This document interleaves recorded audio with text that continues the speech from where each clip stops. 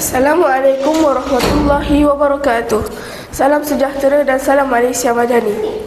Yang berusaha, Tuan Pengerusi Majlis, barisan hakim yang arif lagi bijaksana, guru-guru, rakan-rakan serta hadirin yang saya hormati sekalian. Bulat air kerana pembentung, bulat manusia kerana muafakat. Peribahasa ini mengajar kita bahawa kekuatan sesebuah bangsa lahir daripada perpaduan. Oleh itu, pada hari ini saya berdiri dengan penuh yakin untuk menyampaikan pidato yang bertajuk Bagi Serai Kita Serumpun, Bagi Sirih Tersusun. Hadirin yang saya hormati, pernahkah kita melihat pokok serai?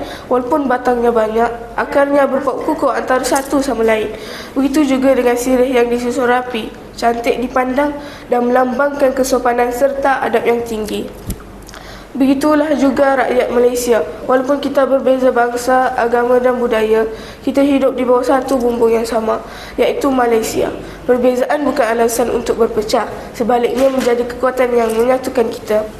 Hadirin sekalian, paradigma pertama saya, akidah teguh, harmoni kukuh. Prinsip pertama rukun negara ialah kepercayaan kepada Tuhan. Setiap agama mengajar umatnya supaya berbuat baik, menghormati orang lain, saling membantu dan hidup dalam kasih sayang. Apabila kita mengamalkan nilai-nilai murni ini, pergaduhan dapat dielakkan, persahabatan dapat dipupuk dan perpaduan akan terus subur. Murid yang menghormati guru, menghargai ibu bapa dan menyayangi rakan-rakan sebenarnya sedang menghayati semangat rukun negara. Hadirin yang dikasihi, paradigma kedua saya, raja ditaati, negara harmoni. Prinsip kedua rukun negara ialah kesetiaan kepada raja dan negara. Raja ialah lambang perpaduan rakyat Malaysia.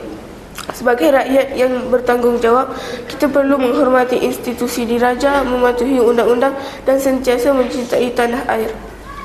Sebagai murid pula, kita boleh menunjukkan semangat patriotik dengan menghormati jalur gemilang, menyanyikan lagu negaraku dengan penuh semangat serta menjaga nama baik sekolah dan negara.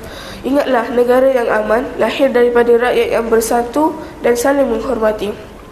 Hadirin yang saya hormati, paradigma ketiga saya, yang sedikit kita semah, yang banyak kita tuan. Perpaduan tidak bermula dengan perkara yang besar. Ia bermula dengan amalan yang kecil. Mengucapkan salam kepada guru, menghulurkan senyuman kepada rakan, berkongsi bekal dengan kaum berlainan kaum, bekerjasama membersihkan kelas dan menghormati budaya dan kepercayaan orang lain.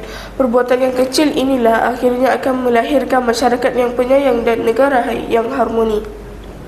Seperti sirih yang tersusun indah, begitulah juga kehidupan kita. Apabila kita menjaga adab dan kesopanan, kita akan dihormati oleh semua orang.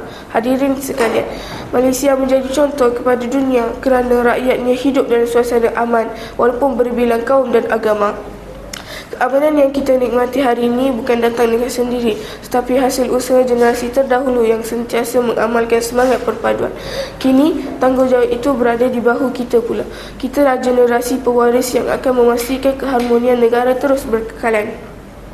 Hadirin yang saya kasihi, sebagai penutup bicara, marilah kita menjadikan rukun negara bukan sekadar lafaz setiap kali perhimpunan, tetapi diamalkan dalam kehidupan seharian.